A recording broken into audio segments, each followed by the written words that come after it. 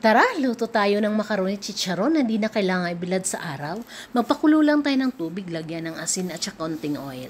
After nyan, lunod natin yung 2 kutsarang macaroni pasta. Lutuin natin sa 5 minuto. After 5 minutes, i-drain natin siya. After ma-drain, hugasan natin ng 1 basong malamig na tubig.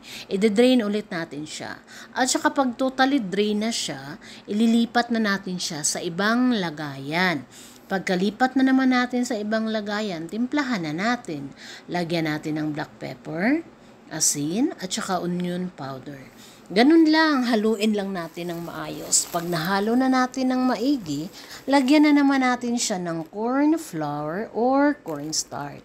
Ang nilagay ko dyan is 3 kutsara, pero ang pagkalagay ko, dinahandahan ko para maayos yung pagkahalo natin. Pagkasunod naman is yung harina. Ang harina ko naman is 3 kutsara lang. Ganun pa rin yung procedure, halu-haluin natin. Habang hinahalo ko yan, nagpainit na ako ng mantika sa kawali. Ayan, init na talaga masyado yung mantika natin. Kaya pwede na natin ilunod siya isa-isa. Isa-isa para hindi siya magdikit-dikit ha.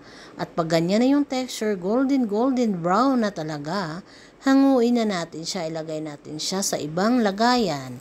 Tapos ganun lang, pabalik-balik lang yung procedure hanggang matapos. After naman yan, ayan na. Luto na, ang bilis lang pero hindi yan kumpleto pag walang sausawan. Ayan na yung sinamak natin. May siling green ako na haba at saka sibuyas at saka suka.